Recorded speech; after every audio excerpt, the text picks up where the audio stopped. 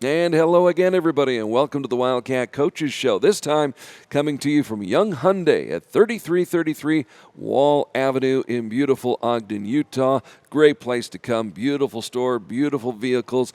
Got tons of air conditioning because it's hot outside. So come on down and visit us here at Young Hyundai on Wall Avenue in Ogden.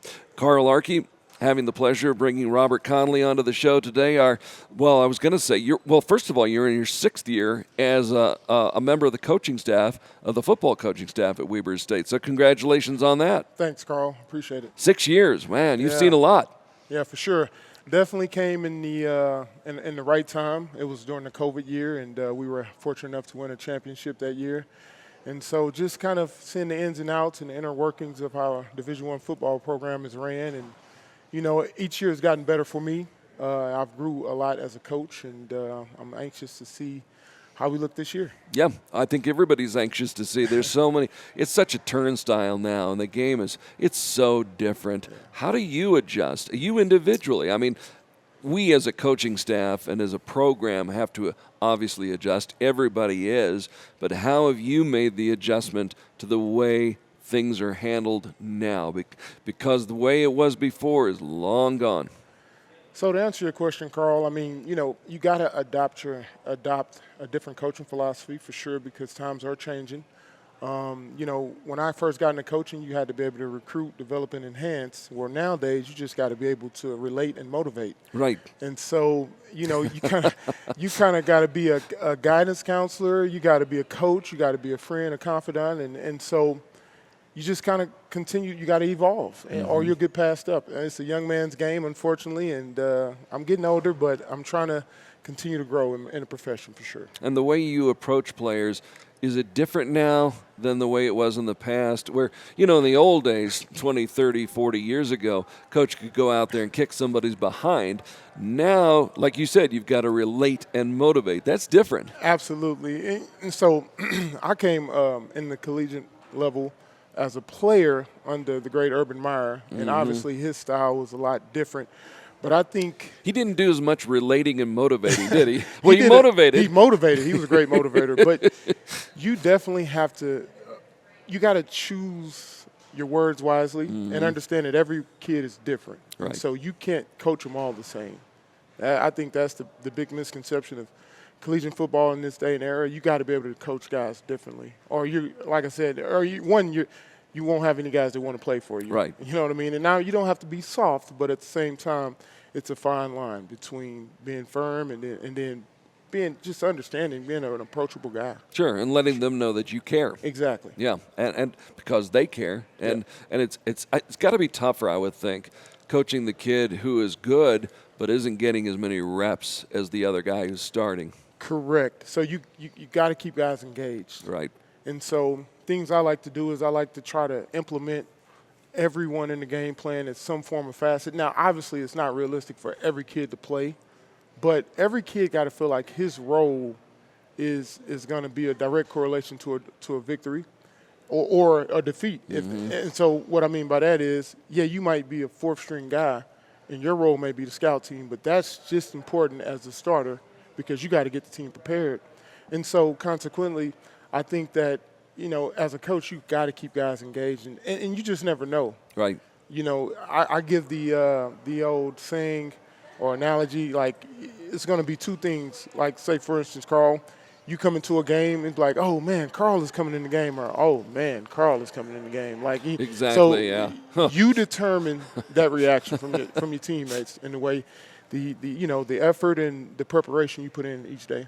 It would be the second reaction if it was me coming into the game, believe me. Oh. You would want to see that. Robert Conley, our running backs coach at Weber State, joining us here on the Wildcat Coaches Show at Ogden Hyundai on Wall Avenue. And not only are you the running backs coach, Mickey Mental, our great head coach, has seen fit to also make you the tight ends coach. So congratulations. Thank you. I'm looking – you know, I had a great time coaching running backs at Weber, had some phenomenal backs, the Josh Davises of the world. Damon Bankston for sure.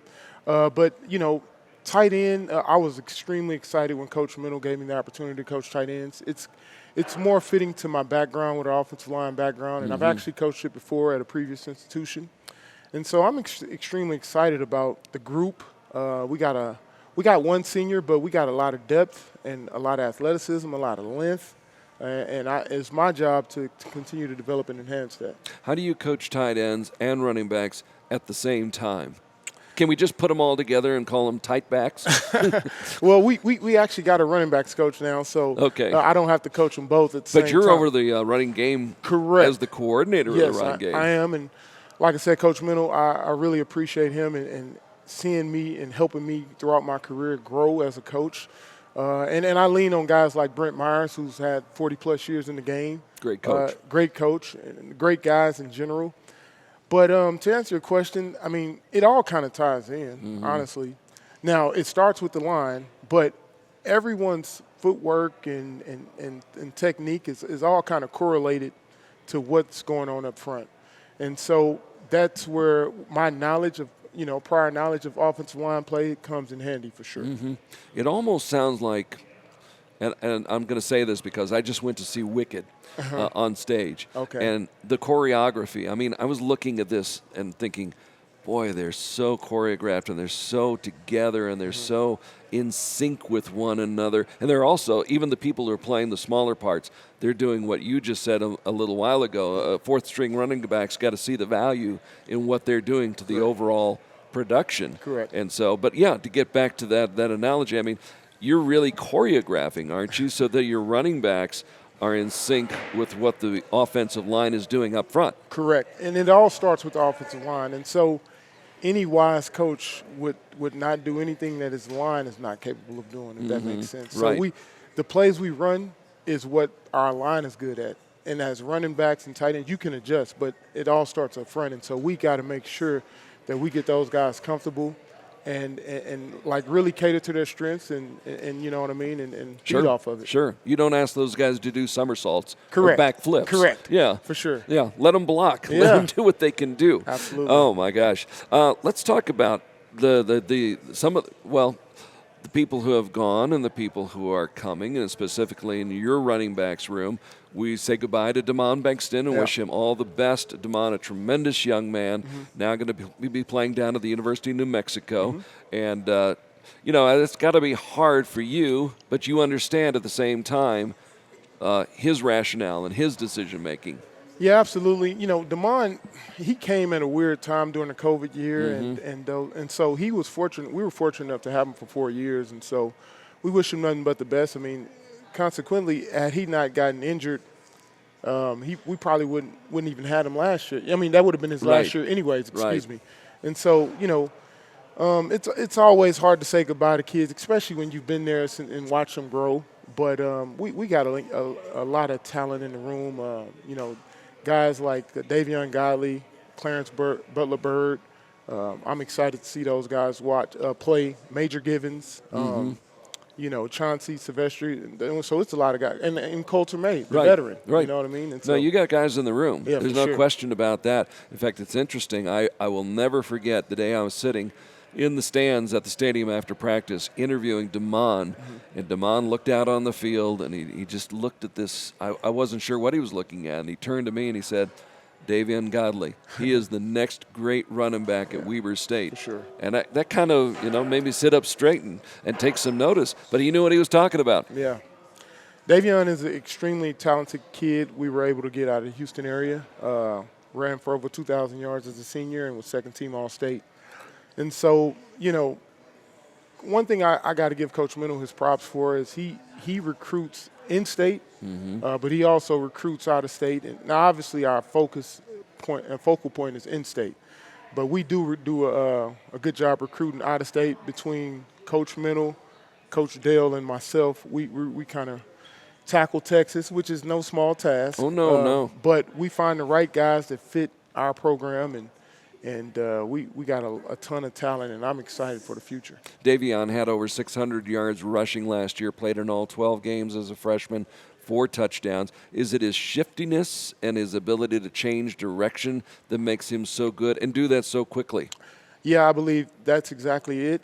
His ability to make a guy miss in space, the shiftiness is where it comes in. And then, honestly, being 5'8" has a low center of gravity, so he's kind of hard to tackle. Really good balance, soft hands, and has enough speed to take it. Probably not as much as DeMond, obviously, which that's rare, but he has enough speed to take it the distance, and that's what you need at those positions. Right. Is there more pressure on the running backs room this year because you have two new quarterbacks? Actually, you have even more new quarterbacks, but it'll be a new quarterback this year, and there's going to be that period of adjustment, transitioning, getting up to speed.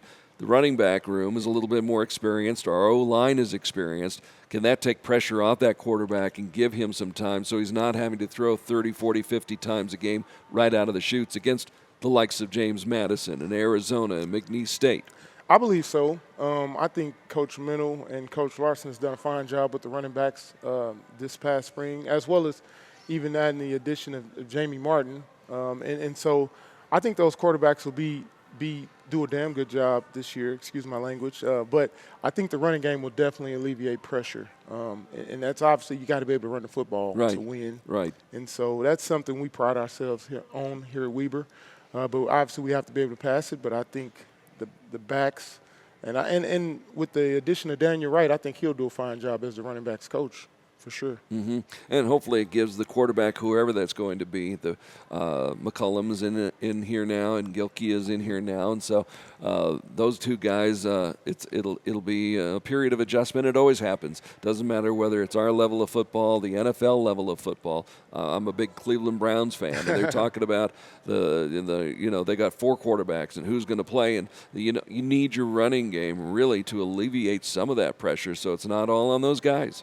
Absolutely, for sure. You got to be able to – it's a fine line between, especially with the RPO game, but you have to be able to run the football, like I said, and that's something that we've done good in the past, and I hope to build upon it.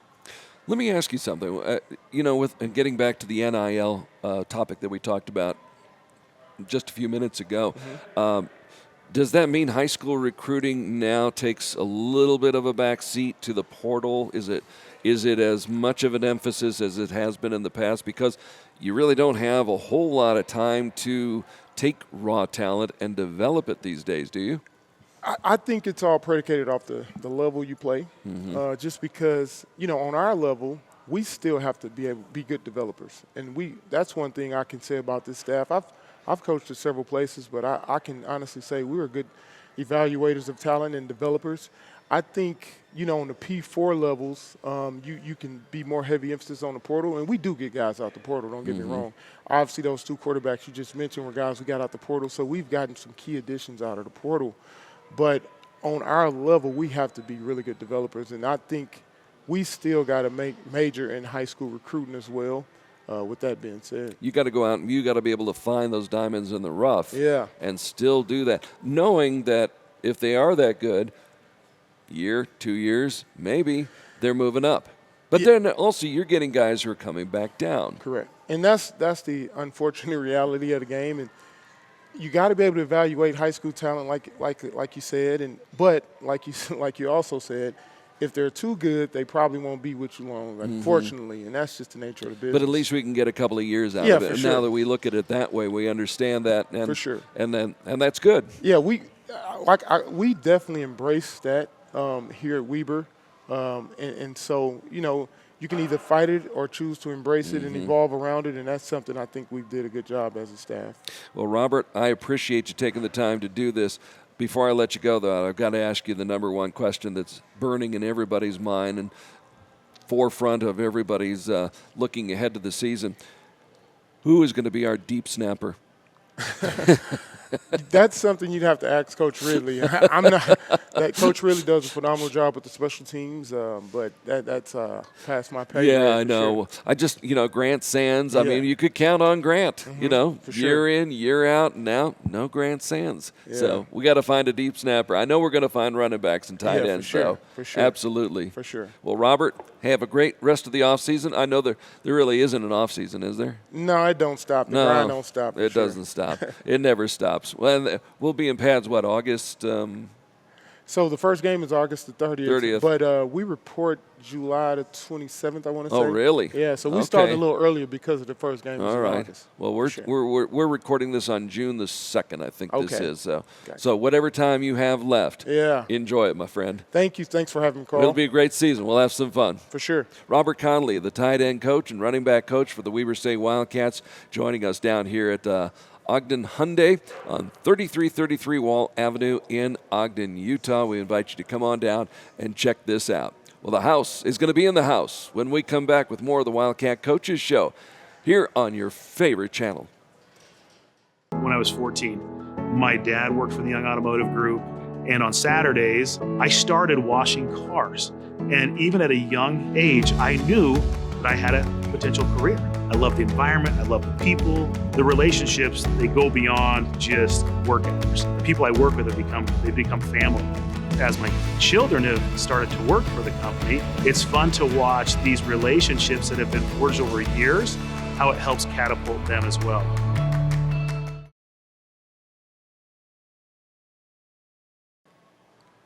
The Weber State Wildcat women's softball team won 29 games this year, but it's what they did at the end of the season that really stands out. Welcome back to the Wildcat Coaches Show here at the beautiful Ogden Hyundai store on 3333 Wall Avenue in Ogden, Utah. Come on down. It's hot outside, but it's cold inside. Nice air conditioning, great cars, great people. So come on by and check everything out. I'm Wildcat Carl Arky, joined by Kristin Delahoussaye. Correct.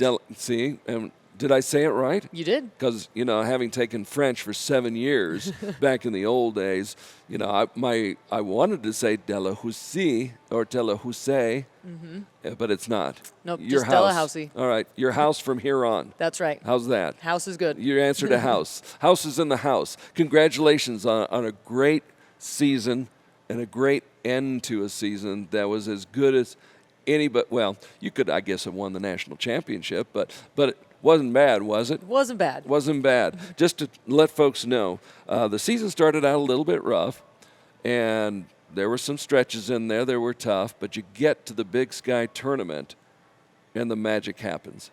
Correct.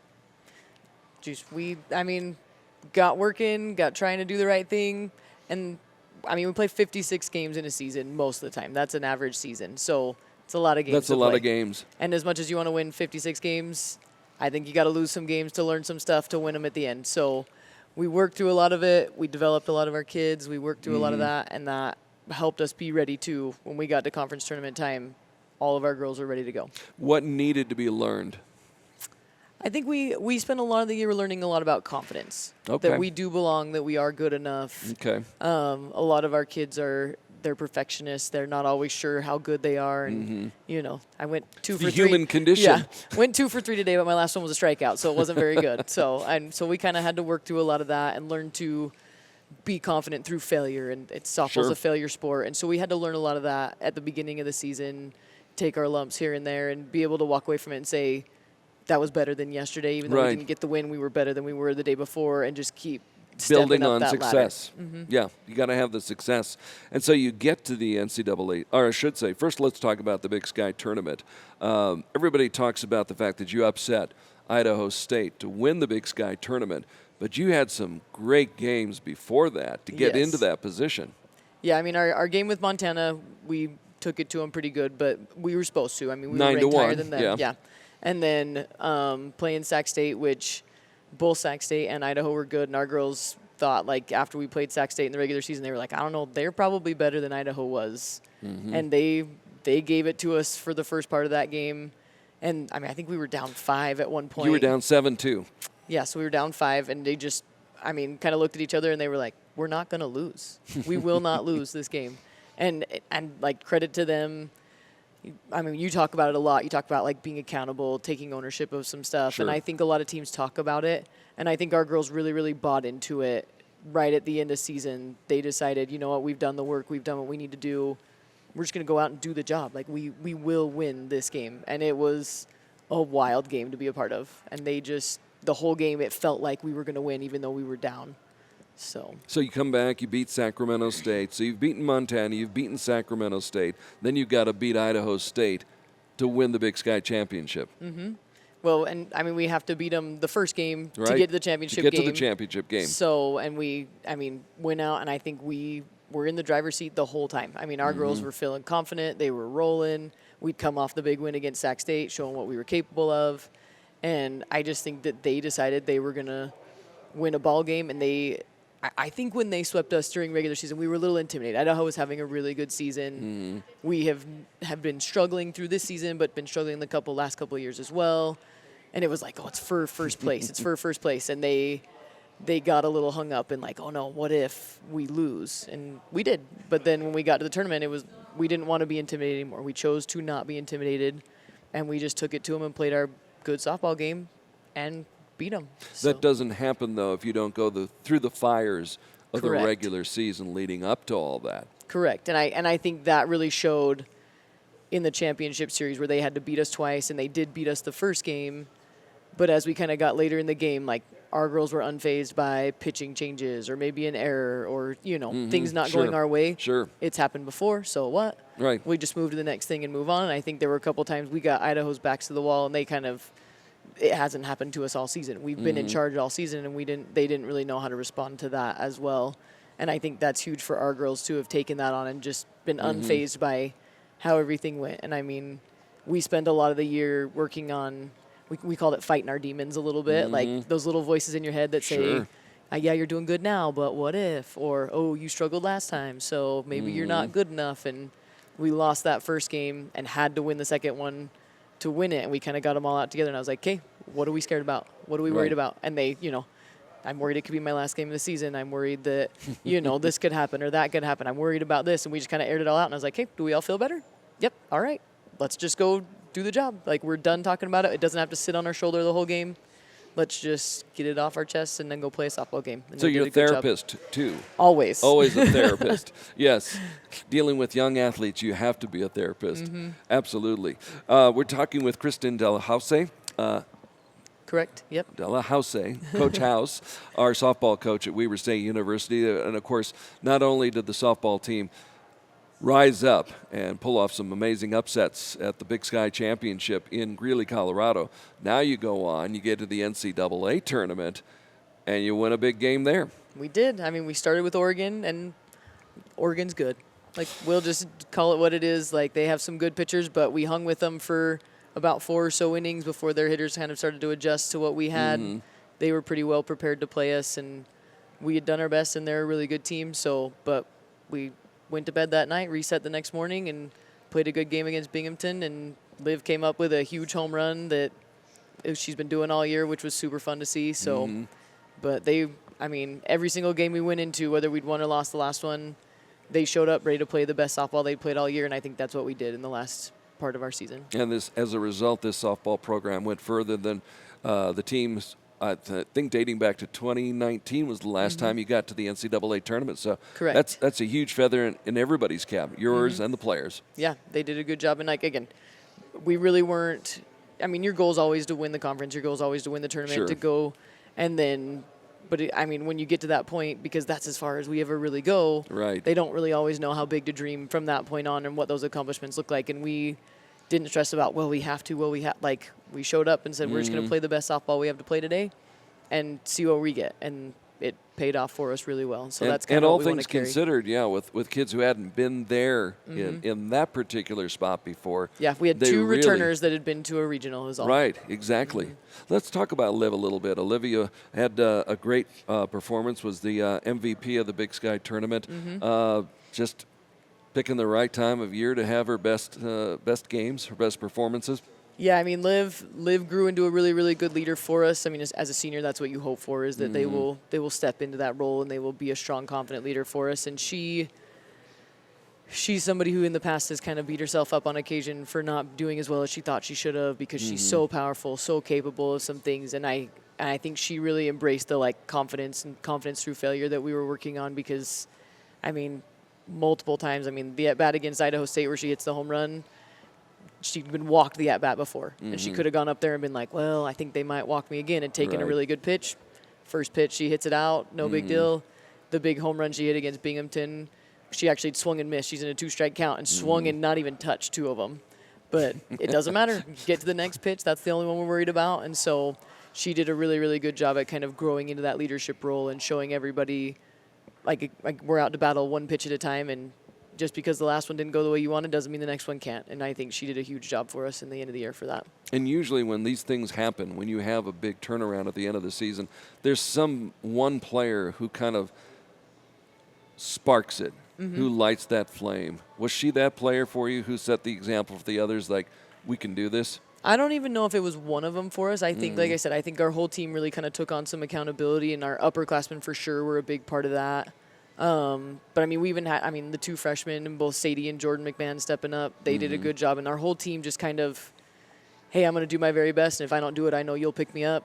And they just passed it down the line to do what, you lead off with Riley. Riley shows up and gives us a fiery at bat in our first one.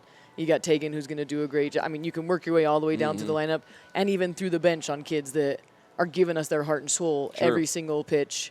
And so I don't know that it was one person necessarily. So it's contagious. It starts but maybe it was, with one, but it spreads through the team. Yeah, and we talked a lot with the upperclassmen on their leadership stuff, and it being, I don't need 15 of the same person being a leader. I need, JC to be JC and do what she does, and I need Olivia to do what Olivia does, and I need G to do what G does. And I think they did a really good job leaning on each other for help, but also stepping up in moments when sometimes we needed somebody to come in the huddle and say, let's go, let's get it figured out, get it fired up. And that was more of a JC moment. Sometimes you needed a calm, quieter presence, and that was more of G's moment or Brooke's moment. And, you've got, Liv in there, and, every single one of them. You got Eva behind the plate. Just the whole game is hyped. That kid's got to sleep so good every night. She does nothing but give her heart and soul every single second to what she does. And so, those five and your junior class and, working your way down, everybody contributed. We had great contributions from freshmen, sophomores, juniors, seniors all season long. And I think we worked really, really hard at we called it 23 starters. You should assume that you are good enough to be a starter every single game. You're not. You can't start all 23 of them, but when we call on you... Last time I checked, it's only 9, right? That's right. But when we call on you, you got to be ready. And, you go even back to that Idaho State game. They walk Olivia to load the bases to face Tori as a lefty because their pitcher does better against lefties. So I take Tori out and put in a freshman in Apple, and she hits a single through the right side to score us a run and pass the bat to the next person, and that's everything we could have asked for them. And if they hadn't put in the time, they hadn't believed in themselves all season to build the experience and build up to that moment, we wouldn't have won in that moment. We were talking about Oregon just a moment ago, who you faced at the NCAA tournament. I'm sitting at home last Friday night, turn on ESPN, and there's Oregon playing a tremendous game against Ole Miss, ends up with a walk-off walk, and the crowd, it's packed stadium. And then I'm watching the Oklahoma game last night. They get beat by Texas Tech, packed house in Oklahoma City. Do you look back when you have a moment and just almost shake your head in amazement at how far this has come? Yeah, we look at what we've accomplished and how we got there and how are we going to do it again. But it's more, I don't know if it's so much an honor. It's more pride with the work that they put in. Because, you guys can give me a lot of credit for it. But, I don't know that I get as much credit as a lot of people want to give me. Those girls worked on their own. They worked with us. They took extra time. And in all the little things. It wasn't just showing up and taking extra reps. It was knowing when to maybe not take some extra reps because we were a little sore, a little bit tired, and recovery was more important than taking the extra reps. Or when it was more important to take the team out for ice cream than it was to kind of get lift together. The spirits and, a little bit, and lighten so the mood. They did a really good job all season at working through what we needed to work on to be prepared in the long run. We debriefed and recapped so many different times through season on what are we doing well, what do we need to keep working on, and they didn't just say it. It wasn't just lip service to anything. They did it. We would talk about it, they would execute on it, and they even pointed that out a couple of times during season too. They'd say, I think the difference in this team than the teams we've had in the past is we say something and then we do it. We do what we say we will do, and it was huge for our growth all season long. Yeah, and our team is part of the overall growth of the popularity of women's softball. I'm just astounded to see how far it's come, the stadiums that exist. We've got a great facility. You see the other great facilities around the country. The World Series being played in a tremendous facility in a great city of Oklahoma City. Television coverage. I think the game is actually I don't want to tell it. Well, I shouldn't say it. I think it's more watchable than baseball. I'd rather watch a women's softball, great women's softball, than, say, even high-level NCAA men's baseball. And I think that really speaks to the game, its excitement. But the players are so good now. Well, they are so good. And the heart and soul that they play with. Yeah. I mean, you don't the turn on one of those spirit of it. games and they're just straight-faced. Oh, and, no. I mean, you can see all the fire, all the passion, Sure. everything that they accomplish, and all the work they've put in, and they're willing to lay it all out on the table, and I think that's really cool to watch. Well, congratulations again on a great season. Now you know the pressure's on you now. I know. They know Weber State. They know you. And I remember I came to Weber State in 1998, and that year our men's basketball team went to the NCAA Tournament, upset the third-seeded North Carolina basketball team. And I thought, well, wow, this happens here every year. Took me a while to find out. Doesn't happen every year. But, it's great to have expectations, though, right? Yes. Well, and we're always shooting for – nobody wants to be average, right? No. Everybody's always shooting to be a champion. Everybody's always shooting to strive to be the best version of themselves. And I think that's one of our biggest selling points in recruiting and things like that, is that you're joining a program that will not just take you somewhere to get a degree, not just take you somewhere to win a championship, but it will make you a championship person. Like, you will be prepared for life. You'll be prepared to be a good person on and off the field. And that's probably even one of the bigger compliments we got as we were in Oregon is, I mean, we had people helping us out, walking us around, the ushers and things like that. And they would tell me every time I'd pass them, your girls are so nice. They say thank you. They're just sweet kids. They're so grateful for everything. And that's, if nothing else, like that's something to be super proud of, that we don't just have good softball players. We have really, really good people. We've got great people, including our coach, Coach House. Hey, congratulations again, and thanks for coming down, and we'll see you next spring. Thank you. If not sooner. Hopefully. Don't be a stranger. Okay, sounds good. Thanks, Kristin. You bet. Appreciate Thank that. you. Kristin Delahoussaye. Delahoussaye. I'm going to work on that. You're going to practice it a little. I'm going to practice on that tonight 100 times. Hey, we're going to take a break. We're down here at Ogden Hyundai in Ogden, Utah, 3333 Wall Avenue. We invite you to come on down, check out this little baby right here. We'll get you out the door. How's that sound? It's a pretty color. I shouldn't try to be a car salesman. We'll be back with actually the general manager of Ogden Hyundai. We'll talk about cars and vehicles and how we can improve your ride when we come back on the Wildcat Coaches Show. 30 years at the Young Automotive Group has taught me that a job can be more than just a paycheck. As I've witnessed the expansion of the Young Automotive Group, I've also seen my children grow, and there's a sense of symbiotic pride in that growth. Working for a company that invests in my career and me as a father is everything I could ask for. I don't just work here, I belong here. And for that, I am endlessly grateful to be a lifelong member of the Young Automotive Group family.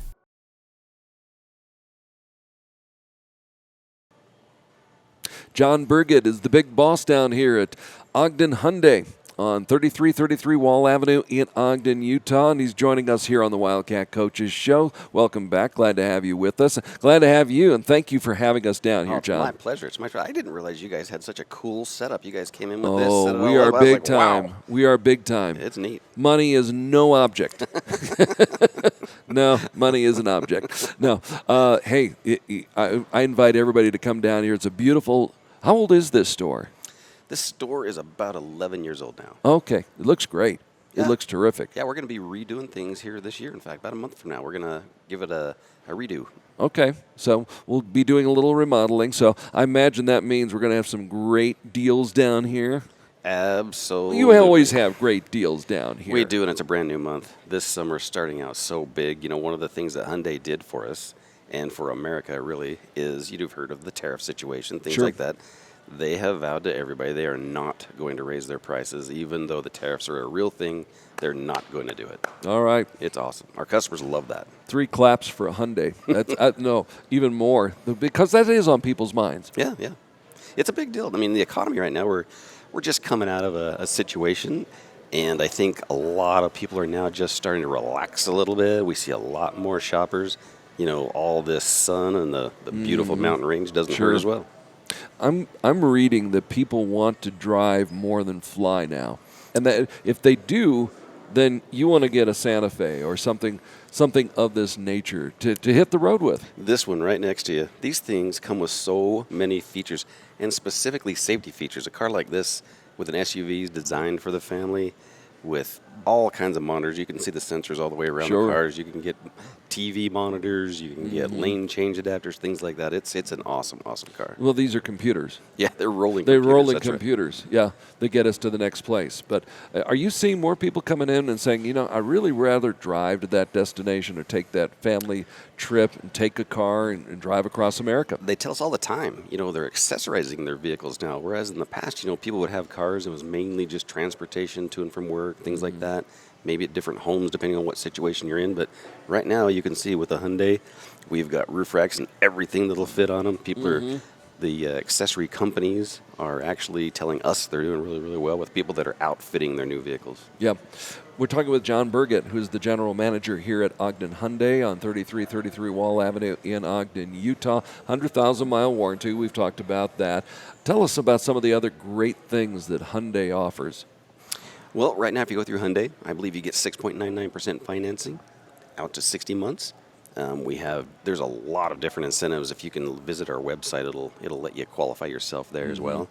And if there's something that you want to drive, we would be happy to let you drive it on a beautiful day like today. Come on down here and enjoy this. Enjoy the great air conditioning. It's a little more temperate today when we're taping this, but it was 95 just the other day. So we've got cool air-conditioned climate down here at the store. You can come down, check out. How many cars do you have on your lot? Right now we have, as of yesterday, we have 287. Wow. So there's inventory. We have inventory and lots coming. There is choice. Yes. That's right. So if there's a car that is not what you're exactly looking for, they can work with you on that. Absolutely. We will find it for you. Absolutely. How about trade-ins? You know, we take trade-ins every single day. In fact, most of our stores are running low on trade-ins because a lot of people would like to have a nice, clean 1 or 2 year old vehicle.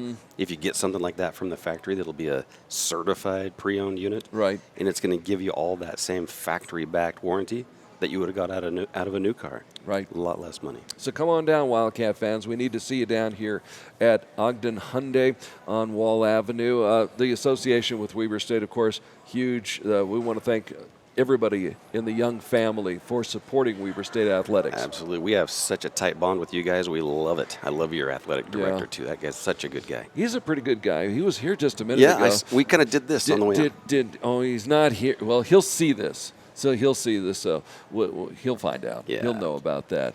Well, John, thank you so much for having us here in the store, but more importantly for the support for Weber State. Awesome, mate. Thank you, man. We appreciate that. John Burgett down here at Ogden Hyundai. Come on down. Check out all the great cars. I'm going to check out this Santa Fe. I had a Santa Fe 2004, and I drove that thing till it couldn't drive no more. That's how you do it. That's how good a car that they are. On behalf of John and, of course, Coach House and Robert Conley, who joined us on this segment of the Wildcat Coaches Show, I'm Wildcat Carl Arky saying thanks for your time. This time till next time, so long. Have a great summer, everybody. We'll see you in the fall.